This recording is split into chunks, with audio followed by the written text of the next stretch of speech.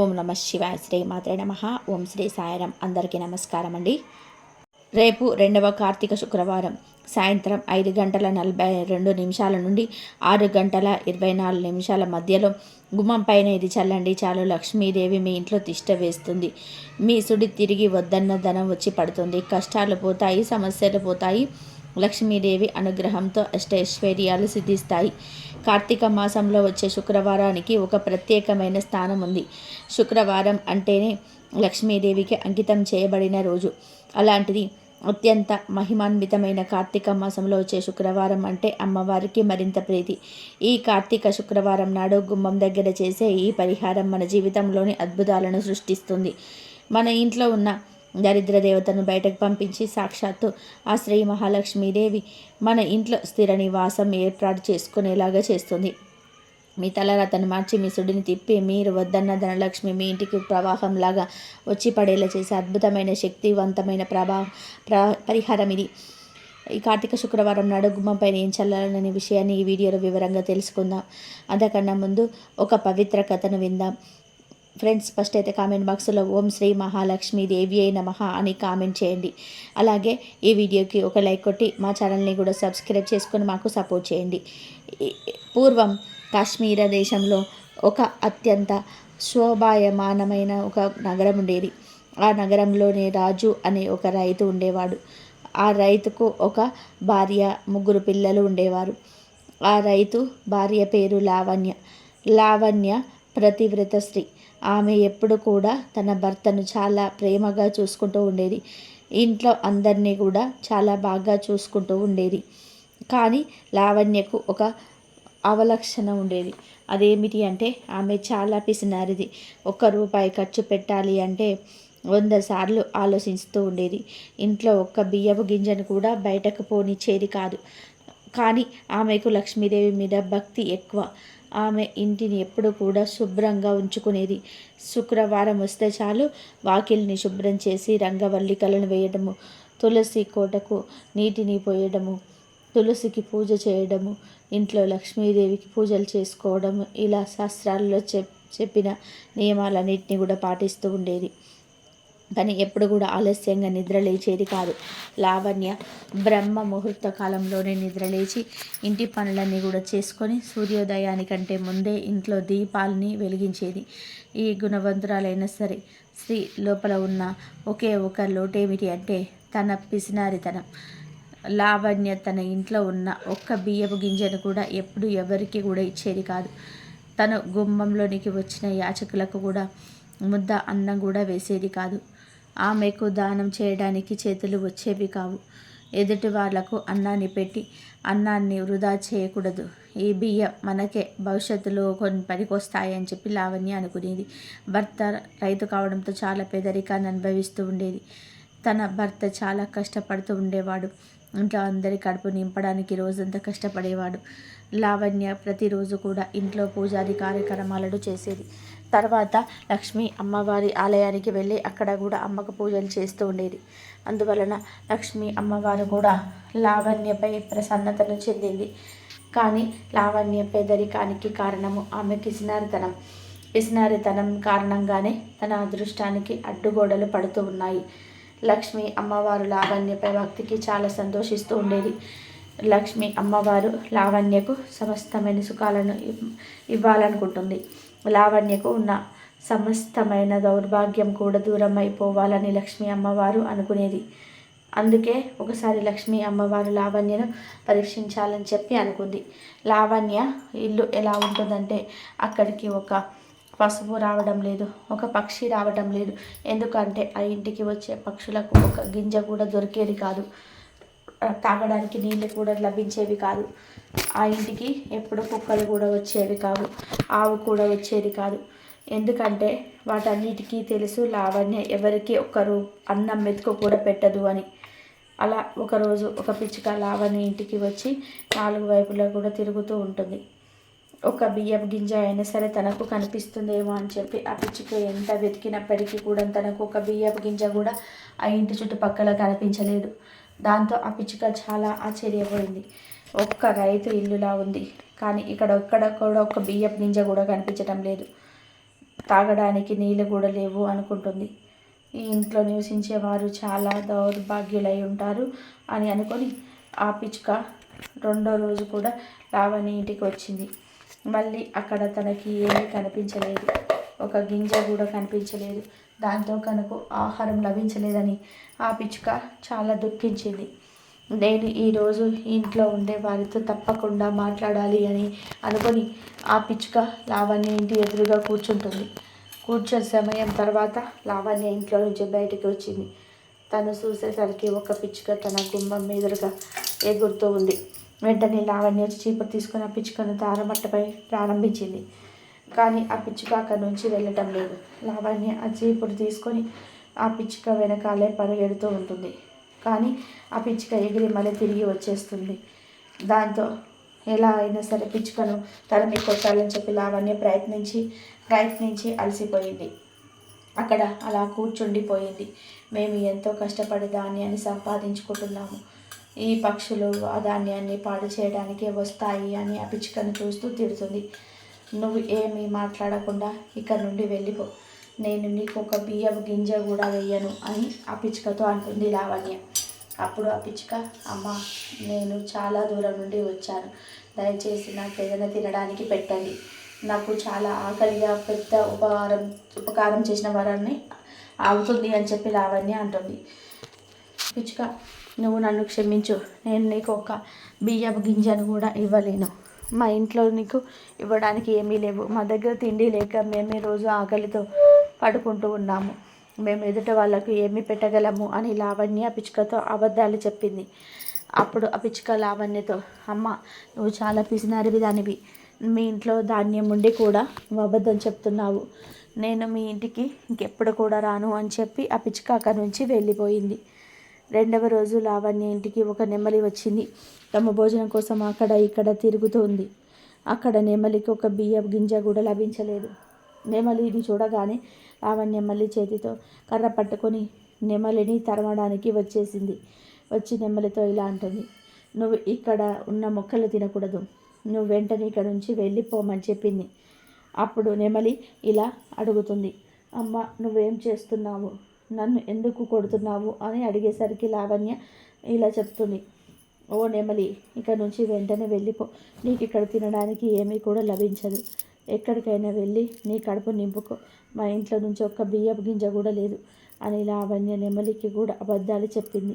అప్పుడు నెమలి ఇలా అంటుంది, అమ్మ, మీ ఇంట్లో ధాన్యాన్ని ఇంట్లో ఉంచుకొని నువ్వు ధాన్యం లేదని అబద్ధాలు చెప్తున్నావు, నీ గుమ్మంలోకి వచ్చిన ఏ ప్రాణికి కూడా నువ్వు 4 గింజలు వేయడం లేదు, ఈ కారణంగానే మీకు మహా పెద్ద పాపం తగులుతుంది అని అంటుంది.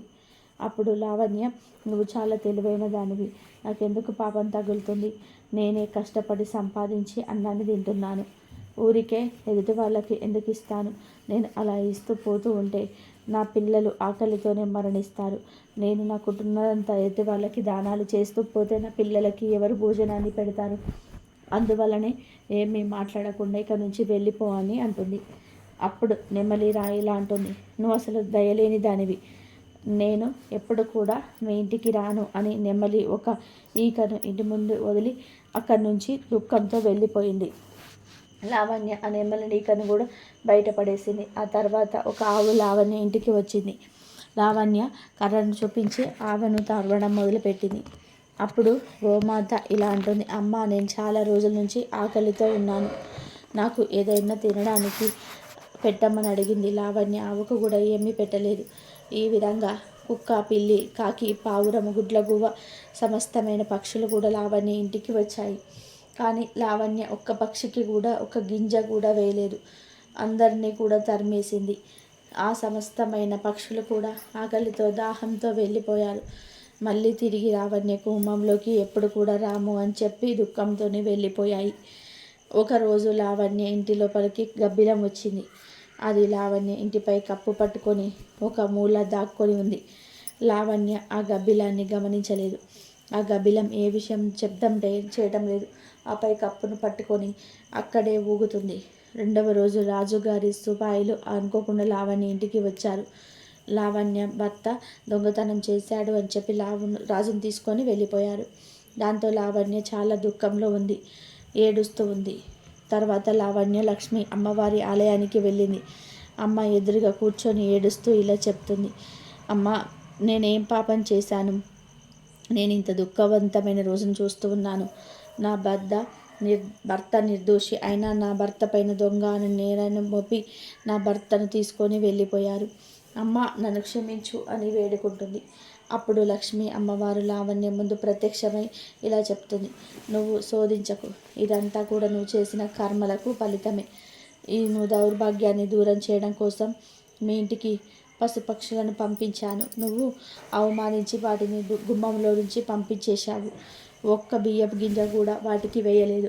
ఆ కారణంగానే సమస్తమైన పక్షులు కూడా నిరాశ చెంది దుఃఖంతో తిరిగి వెళ్ళిపోయాయి. అన్నిటికన్నా ముందు మీ గుమ్మంలోకి పిచ్చుక వచ్చింది. పిచ్చుక ఇంట్లోకి రావడం అంటే సుఖ సమృద్ధులకు సూచక. ఏ ఇంట్లో అయితే పిచ్చుకలు తమ గూడును పెట్టుకుంటూ ఉంటాయో ఆ ఇంట్లో ఎప్పుడు కూడా ఆనందము, సుఖ సంతోషాలు ఉంటాయి. ఆ ఇంటి వాతావరణం సంతోషంగా ఉంటుంది. పిచ్చుకలు సాదాసీదాగా ఉంటే పక్షులు ఎవరి ఇంట్లో అయితే వెళ్ళవు. పిచ్చుక ఎవరి ఇంట్లోకైనా సరే ఎటువంటి భయం కూడా లేకుండా వెళ్తుందో ఆ ఇంట్లో ధన సంపత్తుగా యొక్క ఆగమనం అనేది జరుగుతుంది. అందువలన ఇంట్లోకి పిచ్చుక వచ్చింది అంటే దానికి ఆహారాన్ని వేయాలి, దానికి నీటిని పెట్టాలి. నేను మీ ఇంట్లో ఉన్న దౌర్భాగ్యాన్ని మొత్తం దూరం చేయడం కోసమే ఆ పిచ్చుకని మీ ఇంటికి పంపించాను. కానీ నువ్వు మీ ఇంటికి వచ్చిన పిచ్చుకను తరిమి కొట్టావు. మీ ఇంటికి వచ్చిన లక్ష్మిని స్వయంగా నువ్వే పంపించేశావు. ఆ తర్వాత మీ ఇంటికి నెమలి వచ్చింది. నువ్వు నెమలిని కూడా పంపించేశావు. నెమలి ఒక పవిత్రమైన పక్షి. నెమలి సరస్వతీదేవి యొక్క వాహనం. నెమలి ఇంటికి రావడము చాలా చాలా శుభ సంకేతము.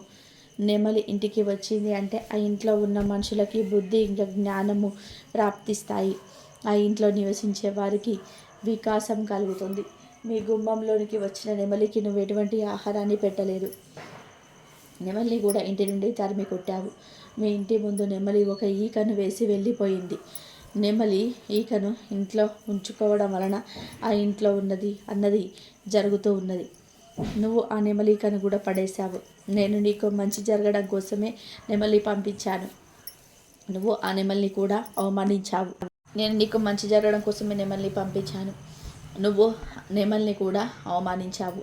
నేను మీ ఇంటికి సాక్షాత్తు కామధేనువు ఆవును పంపించాను. గోవును నీ మనస్సులో ఉన్న సమస్తమైన కోరికలను నెరవేర్చడం కోసమే పంపించాను. నువ్వు గోవును కూడా అవమానించి గోవుకు కూడా ఏమీ పెట్టకుండానే తరిమివేశావు. నువ్వు ఇంటికి వచ్చిన సాక్షాత్తు కామధేనువేనే తరిమి కొట్టావు. ఆ తర్వాత నేను మీ ఇంటికి కాకిని పంపించాను. కాకి ఎవరి ఇంట్లో అయితే నీటిని తాగుతుందో ఆ ఇంట్లో ఎప్పటికీ కూడా విపత్తులు అనేటివి రానే రావు, సంకటములు రావు. నువ్వు కాకిని కూడా తరిమి కొట్టావు. దానికి నీటిని కూడా ఇవ్వలేదు. కాకిని కూడా అవమానించి పంపించావు. అంతేకాదు, నా వాహనమైన గుడ్లగూబను కూడా నేను మీ ఇంటికి పంపించాను. గుడ్లగూబను కూడా తరిమి కొట్టావు. ఆ గుడ్లగూబ నీకు ఉన్న సమస్తమైన దౌర్భాగ్యాలను దూరం చేయడానికే వచ్చింది. మీ పిసినారితనం కారణంగా గుడ్లగూబ కూడా ఉదాసీనంగా తిరిగి వెళ్ళిపోయింది. మీ ఇంటికి పావురం వచ్చింది. పావురం భార్యాభర్తల సంబంధాలను బలపరుస్తుంది. ఏ ఇంట్లో అయితే పౌరాల జంట వస్తుందో ఆ ఇంట్లో భార్యాభర్తలు ఎప్పుడు కూడా వియోగాన్ని అనుభవించవలసి పరిస్థితులు రావు. నువ్వు ఆ పౌరాలను కూడా అవమానించి పంపించి వేశావు. ఆ కారణంగానే నీ భర్తకు నీకు వియోగం ఏర్పడింది. నువ్వు నీ గుమ్మంలోకి వచ్చిన సమస్తమైన పక్షులను కూడా అవమానించి పంపించి వేశావు. ఈ సమస్తమైన పక్షులు కూడా ఇంట్లోకి రావడం చాలా చాలా శుభప్రదం. ఏ ఇంట్లోకి అయితే పిచ్చుకలు వస్తాయో ఆ ఇంట్లో గూడు పెట్టుకుంటాయో ఆ ఇంట్లో ఎప్పటికీ కూడా ఇక్కడ దౌర్భాగ్యం అనేది రాదు. ఎప్పుడైతే పిచ్చుకలు ఇంట్లోకి వస్తాయో అక్కడ ధన సంపత్తులు అనేటివి వస్తాయి. ఏ ఇంట్లో అయితే పిచ్చుక గూడు పెట్టుకుంటుందో ఆ ఇంట్లోనే నేను స్థిర నివాసం ఉంటాను. ఆ ఇంట్లో ఎప్పుడు కూడా ధన ఆగమనం అనేది జరుగుతూనే ఉంటుంది. ఏ ఇంటి గుమ్మంలోకి ప్రతిరోజు ఆవు వస్తుందో, ఏ స్త్రీ అయితే మొదటి ముద్దను ఆవుకు పెడుతుందో ఆ ఇంట్లో ఎప్పుడు కూడా అన్నానికి ధనానికి లోటు ఉండదు. ఆవుకు మొదటి ముద్దను పెట్టే స్త్రీ యొక్క మనసులోని కోరికలన్నీ కూడా నెరవేరుతాయి. ఏ ఇంట్లో అయితే కాకి వచ్చి నీటిని తాగుతుందో, అన్నాన్ని తింటుందో, ఆ ఇంట్లో ఎప్పుడు కూడా విపత్తులు అనేటివి రానే రావు. ఆ ఇంట్లో ఉండే వారిపైన ఎప్పుడు కూడా నిందలు అనేటివి పడవు. గుడ్లగూవ నా వాహనం. గుడ్లగూవ గుమ్మంలోకి రావడం వల్ల ధన ఆగమనం అనేది పెరుగుతుంది. నమ్మ ఇవన్నీ కూడా శుభప్రదమైన పక్షులు, ఇంకా పశువులు. వీటిని ఎప్పుడు కూడా తరిమి కొట్టకూడదు. వాటికి కనీసము నీటినైనా ఇవ్వాలి. కానీ నువ్వు అలా చేయలేదు. ఎప్పుడైతే నీటికి ఇంటికి గబ్బిలం వచ్చి కూర్చుందో ఆ ఇంటి గబ్బిలాన్ని నువ్వు తరిమేశావు. గబ్బిలం ఇంట్లో ఉండడం వల్ల అశుభాలు అనేటివి జరుగుతాయి. ప్రేతాల్లాగా అవి కూడా కాళ్ళతో ఇంటి పై భాగాన్ని పట్టుకొని వేలాడుతూ ఉంటాయి. ఏ ఇంట్లో అయితే గబ్బిలం వచ్చి కూర్చుంటుందో ఆ ఇంట్లోనికి విపత్తులు, ఇంకా సంఘటనలు, ధన హాని అనేటివి కలుగుతాయి. గుడ్లగూబ నీ ఇంట్లో ఉంది. ఈ కారణంగానే నీ భర్త దొంగ అనే ఆరోపణ ఖైదులోకి వెళ్ళిపోయాడు. లావణ్య, నేను చాలాసార్లు నీకు సహాయం చేయడానికి ప్రయత్నాన్ని చేశాను. నేను చాలాసార్లు మీ ఇంట్లోకి ప్రవేశించడానికి ప్రయత్నాన్ని చేశాను. నువ్వు ప్రతిసారి కూడా ఇంట్లో నుంచి నన్ను పంపించి వేశావు.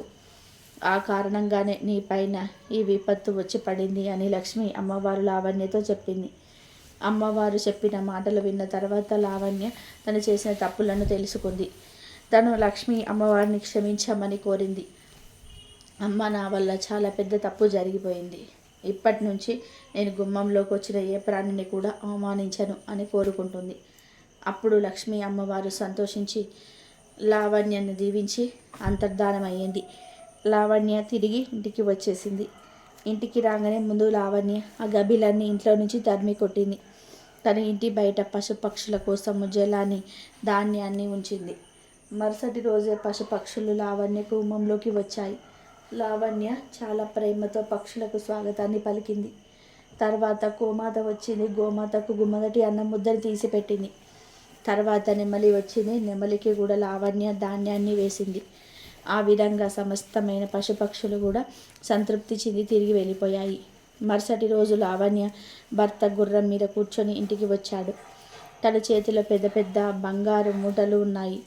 లావణ్య తన భర్తను చూసి చాలా సంతోషించింది. అతని పాదాలకు నమస్కరించి ఆశీర్వాదాలను కూడా తీసుకుంది.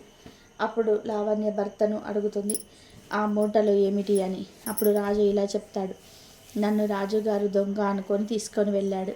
కానీ రాజుగారికి తెలిసింది నేను దొంగతనం చేయలేదు అని. ఆయన చాలా పశ్చాత్తాపడ్డాడు. రాజుగారు నన్ను క్షమాపణను కోరి చాలా ధనాన్ని ఈ గుర్రాన్ని ఇచ్చి నాకు పంపించారు అని చెప్పాడు. లావణ్య చాలా సంతోషించింది. లక్ష్మి అమ్మవారికి ధన్యవాదాలు తెలిపింది. కనుక లక్ష్మీదేవి చెప్పిన ఈ మాటలు గుర్తుపెట్టుకొని మన ఇంటికి వచ్చే పశుపక్షాల వలన శుభ ఇంకా అశుభాలు ఫలితాలనేవి మనకు లభిస్తాయి. వాటిని ఎప్పుడు కూడా మనము నిర్లక్ష్యం చేయకూడదు. ప్రతినిత్యం కూడా వాటికి నీటిని, ధ్యానాన్ని పెట్టాలి. అలా పెడితే లక్ష్మి అమ్మవారి కృప అనేది మీకు తప్పకుండా లభిస్తుంది. ఇక వీడియోలోకి వస్తే కార్తీక మాసం విష్ణు స్వరూపం. ఈ మాసంలో చేసే పూజలు, వ్రతాలు, దానాలు నేరుగా ఆ శ్రీమన్నారాయణ పాదాల చెంతకు చేరుతాయి. శుక్రవారం లక్ష్మీ స్వరూపం. ఎక్కడైతే నారాయణుడు ఉంటాడో అక్కడ లక్ష్మీదేవి తప్పకుండా ఉంటుంది.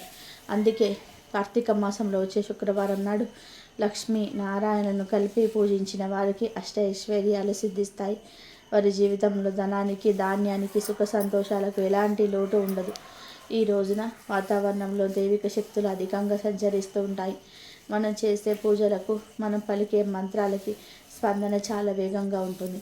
ముఖ్యంగా సాయంత్రం వేళ అంటే గోధూళి సమయంలో లక్ష్మీదేవి భూ సంచారానికి వస్తుంది.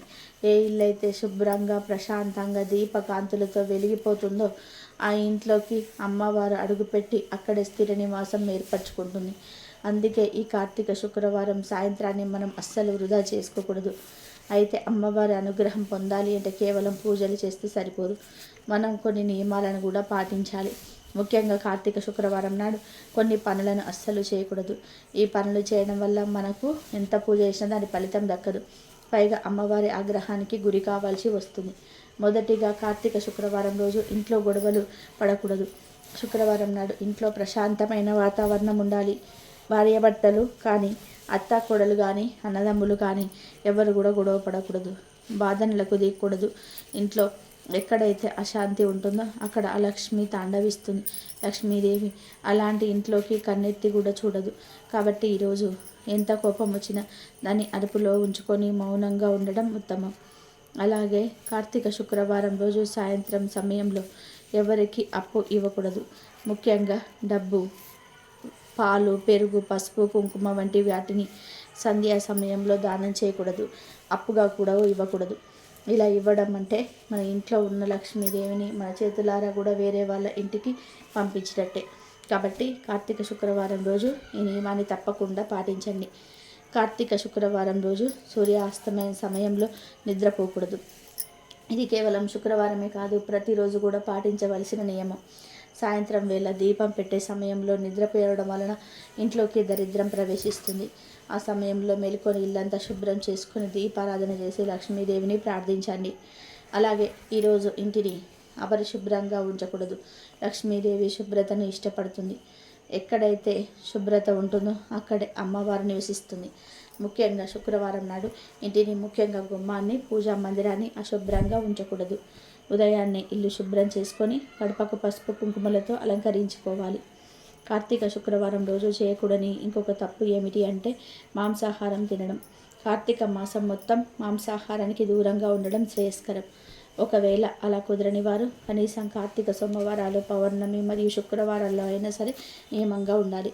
శుక్రవారం నాడు మాంసాహారం భుజించడం అంటే సాక్షాత్తు లక్ష్మీదేవిని అవమానించడమే. దానివల్ల దరిద్రం మనల్ని పట్టి పీడిస్తుంది. కార్తీక శుక్రవారం రోజు ఈ తప్పులు చేయకుండా ఉంటే మంచిది. అంతేకాదు, కార్తీక శుక్రవారం నాడు చేయాల్సిన మరొక ముఖ్యమైన పని ఉంది. అదేమిటి అంటే ఉప్పును కొనుగోలు చేయటం. ఉప్పు సాక్షాత్తు లక్ష్మీదేవి స్వరూపం. సముద్రుని కూతురు కావడం వలన ఉప్పులో లక్ష్మీదేవి అంశ నిగూఢమై ఉంటుంది. కార్తీక శుక్రవారం నాడు అది శుక్రహోరలో కొత్తగా ఒక ప్యాకెట్ గల్లుప్పు ప్యాకెట్ కొని ఇంటికి తీసుకురావాలి. ఇలా తేవడం వల్ల సాక్షాత్తు మహాలక్ష్మిని మనం మన ఇంటికి ఆహ్వానించినట్లు అవుతుంది. ఆ ఉప్పును తీసుకొని వచ్చి మీ పూజా మందిరంలో దేవుడి పటాల ముందు పెట్టి ధూప దీప నైవేద్యాలు సమర్పించి ఆ తర్వాత దాన్ని మీ వంటగదిలో జాడీలను నిల్వ చేసుకోవాలి. ఈ ఉప్పును వంటల్లో వాడుకోవడం వలన ఇంట్లో ధనానికి లోటు అనేది ఉండదు. అనారోగ్య సమస్యలు కూడా తొలగిపోతాయి. ఇంట్లో ఉన్న నెగిటివ్ ఎనర్జీ మొత్తం ఈ ఉప్పు గ్రహించి పాజిటివ్ వైబ్రేషన్ని పెంచుకుంటుంది. ఇంకా అసలు విషయానికి వద్దాం. కార్తీక శుక్రవారం రోజు గుమ్మం దగ్గర చేయాల్సిన శక్తివంతమైన పరిహారం గురించి వివరంగా తెలుసుకుందాం.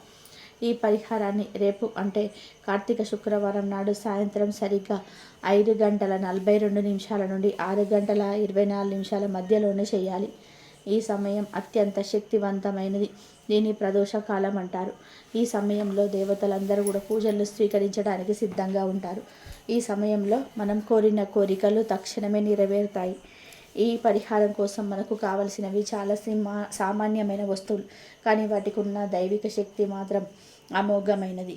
మనకు కావలసినది ఒక గాజు గ్లాస్, కొంచెం పచ్చి ఆవు పాలు, సువాసన వెదజల్లే అత్తరు లేదా జువ్వాది పొడి, చిటికెడు కుంకుమ మరియు కొన్ని తులసి ఆకులు. ముందుగా ఒక గాజు గ్లాసుని తీసుకోండి. గాజు స్వస్థతకు సంకేతం. ఇందులో ఎలాంటి కర్మఫలం ఉండదు. అందుకే పూజలకు, పరిహారాలకి గాజు పాత్రలను వాడడం శ్రేష్టం. ఆ గ్లాసును శుభ్రంగా కడిగి తడి లేకుండా తుడుచుకోవాలి. ఆ తర్వాత ఆ గ్లాసులో కొంచెం పచ్చి ఆవు పాలను అంటే 7 స్పూన్ల పాలను పోయాలి. పాలు చంద్రుడికి, శుక్రుడికి కారకం. పాలు స్వచ్ఛతకు, సమృద్ధికి, ఐశ్వర్యానికి ప్రతీక. ముఖ్యంగా ఆవు పాలు అత్యంత పవిత్రమైనవి. ఆవులో సకల దేవతలు కొలువై ఉంటారు. కాబట్టి పచ్చి ఆవు పాలను నాడడం వలన సకల దేవతల అనుగ్రహం మనకు లభిస్తుంది. కాచిన పాలు కాకుండా పచ్చి పాలను మాత్రమే వాడాలి.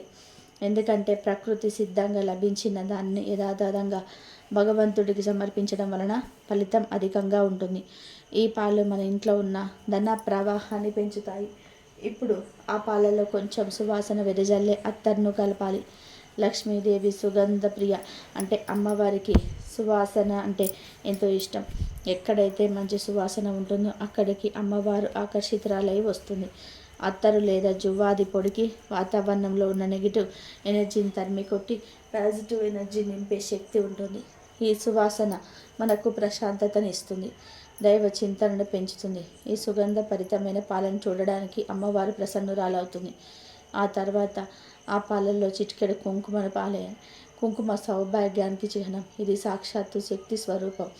కుంకుమను కలపడం వలన ఆ మిశ్రమానికి దైవిక శక్తి వస్తుంది. కుంకుమ మంగళకరమైనది. ఇది శుభాలను ఆహ్వానిస్తుంది. కుంకుమ కలిపిన ఈ పాల మిశ్రమం అత్యంత శక్తివంతంగా మారుతుంది. చివరిగా కొన్ని తులసి ఆకులను తీసుకొని మీ చేతులతో వాటిని మెల్లగా కలపాలి. అలా నలిపినప్పుడు దాని నుండి వచ్చిన సువాసన, దానిలోని సారం బయటకు వస్తుంది. ఆ నలిపిన తులసి ఆకులను పాలల్లో వేయాలి. తులసి సాక్షాత్తు విష్ణుప్రియ. తులసి వనంన లక్ష్మి నివసిస్తుంది అని అంటారు. ఎక్కడైతే తులసి ఉంటుందో అక్కడ విష్ణు ఉంటాడు. ఎక్కడ విష్ణు ఉంటాడో అక్కడ లక్ష్మీదేవి స్థిరంగా ఉంటుంది. తులసి ఆకులను ఈ మిశ్రమంలో కలపడం ద్వారా మనం శ్రీమన్నారాయణ ఆహ్వానిస్తున్నాం. ఆయన రాకతో అమ్మవారి కూడా మన ఇంటికి తప్పకుండా వస్తుంది. తులసికి ఉన్న క్రిమి సంహారక గుణం వలన అవి మన ఇంటిని దుష్టశక్తుల నుంచి కూడా కాపాడుతుంది. ఇప్పుడు ఈ 5 వస్తువులను కలిపిన మిశ్రమాన్ని బాగా కలపండి. గాజు గ్లాసులోని పాలు, అత్తరు, కుంకుమ, తులసి ఆకులు అన్నీ ఏకమయ్యేలాగా స్పూన్తో కలపండి. ఇప్పుడు మీ చేతిలో ఉన్నది సాధారణమైన పాలు కాదు. అది ఒక దివ్యమైన శక్తివంతమైన తీర్థం. ఇది మీ ఇంటి తలరాతను మార్చగలిగే అమృతంతో సమానం. ఇప్పుడు ఈ గ్లాసును తీసుకొని వెళ్ళి మీ ఇంట్లో ఉన్న లక్ష్మీదేవి పటం ముందు 1 నిమిషం పాటు ఉంచి, ఓ మహాలక్ష్మి, కార్తీక శుక్రవారం నాడు నిన్ను నా ఇంటికి ఆహ్వానిస్తున్నాను. నా ఇంట్లో ఉన్న సకల దరిద్రాలను, కష్టాలను, నష్టాలను తొలగించి నీ చల్లని చూపుతో మా ఇంటిని సిరి సంపదలతో, సుఖ సంతోషాలతో నింపు తల్లి అని మనస్ఫూర్తిగా ప్రార్థించుకోండి. ఆ తర్వాత ఆ గ్లాసును తీసుకొని నేరుగా మీ ఇంటి ప్రధాన ద్వారం అంటే మెయిన్ డోర్ దగ్గర తీసుకొని వెళ్ళండి. గుమ్మం ఇంటికి అత్యంత ముఖ్యమైన ప్రదేశం. దీని ద్వారానే సకల శక్తులు ఇంట్లోకి ప్రవేశిస్తాయి. కనుక గుమ్మం దగ్గరికి వెళ్ళి మీ కుడి చేతిలో ఒక పువ్వును కానీ లేదా ఒక ఆకును కానీ తీసుకొని దాంతో ఆ పాల మిశ్రమాన్ని ఉంచి గుమ్మం మీద గడపకు ఇరువైపులా చల్లాలి. శ్రీం అని లక్ష్మీదేవి విజయాక్షరాన్ని మనసులో తలుచుకుంటూ ఈ మిశ్రమాన్ని చల్లండి. ఇలా చల్లడం వల్ల మీ గుమ్మం ఒక శక్తివంతమైన రక్షణ కవచంలా మారుతుంది. అది బయట నుంచి వచ్చే దుష్ట శక్తుల నెగిటివ్ ఎనర్జీని, దరిద్రాన్ని లోపలికి రాకుండా అడ్డుకుంటుంది. అదే సమయంలో లక్ష్మీదేవిని, సకల శుభాలను, ధనాన్ని అయస్కాంతంలా ఆకర్షిస్తుంది. ఆ సువాసనకు, ఆ పవిత్రతకు ఆకర్షితురాలైన శ్రీ మహాలక్ష్మి నేరుగా మీ ఇంట్లోకి అడుగు పెడుతుంది. ఈ చిన్న పరిహారం చేయడం వల్ల కలిగే ఫలితాలు అద్భుతంగా ఉంటాయి. మీ ఇంట్లో ధనానికి లేక లోటు ఉండదు. ఏ పని మొదలుపెట్టిన విజయం మీ సొంతం అవుతుంది. ఆగిపోయిన పనులు తిరిగి ప్రారంభమవుతాయి. అప్పుల బాధ నుంచి విముక్తి లభిస్తుంది. ఉద్యోగ వ్యాపారాలు ఊహించని అభివృద్ధి చూస్తారు. ఇంట్లో భార్యాభర్తల మధ్య, కుటుంబ సభ్యుల మధ్య సఖ్యత పెరుగుతుంది. అనారోగ్యాలు దూరమై అందరూ ఆయురారోగ్యాలతో ఉంటారు. సాక్షాత్తు మహాలక్ష్మి మీ ఇంట్లో తిష్ట వేసుకొని కూర్చుంటుంది అంటే స్థిరంగా నివసించడం ప్రారంభిస్తుంది.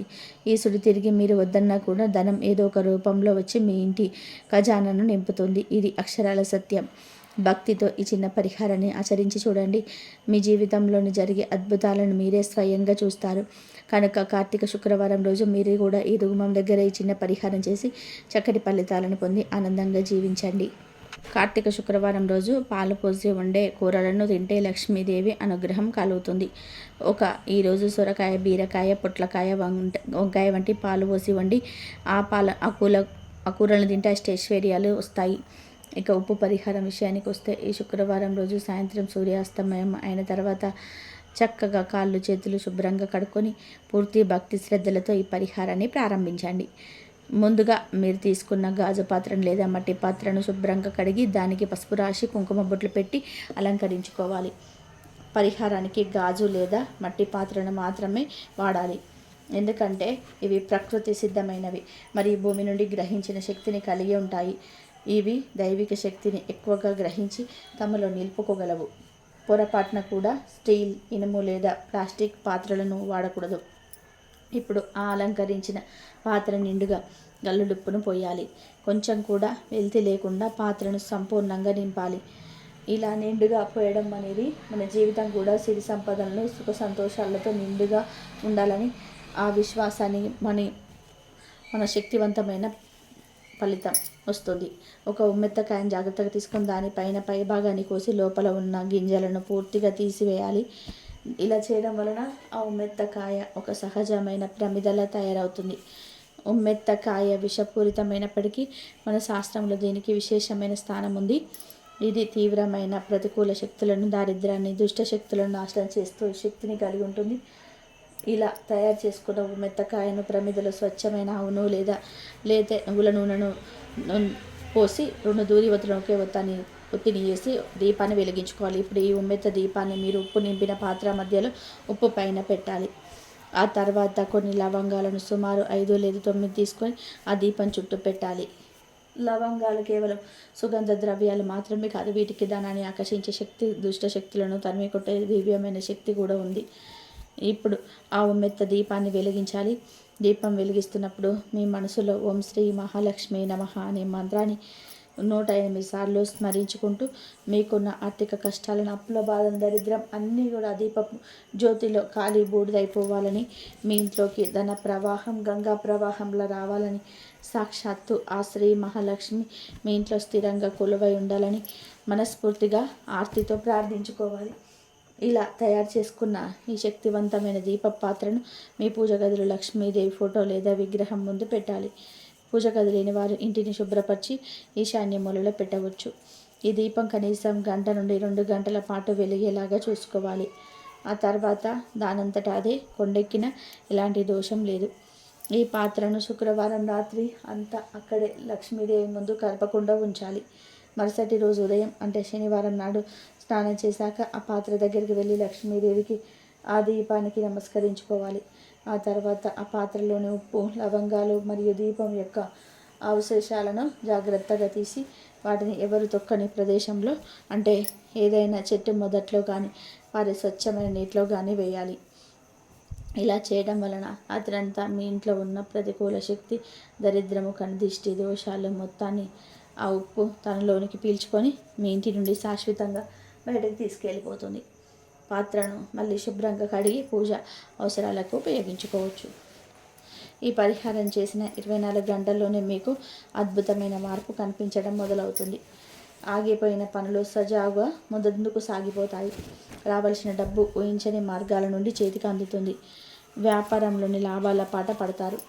ఉద్యోగంలోనూ ఉన్న అడ్డంకులు తొలగి ప్రమోషన్స్, ప్రశంసలు లభిస్తాయి. ఇంట్లో అనవసరమైన గొడవలు, చికాకులు, అనారోగ్యాలు తగ్గిపోతాయి. ప్రశాంతమైన ఆనందకరమైన వాతావరణం నెలకొంటుంది. ఉప్పు దీపం పరిహారం ఎంత శక్తివంతమైనది అంటే ఇది కేవలం మీ ఆర్థిక సమస్యలనే కాదు, మీ జీవితంలోని అనేక ఇతర అడ్డంకులను కూడా తొలగించి విజయానికి మార్గం సులభం చేస్తుంది. ఉప్పుకున్న అద్భుతమైన శుద్ధీకరణ శక్తి అలాంటిది.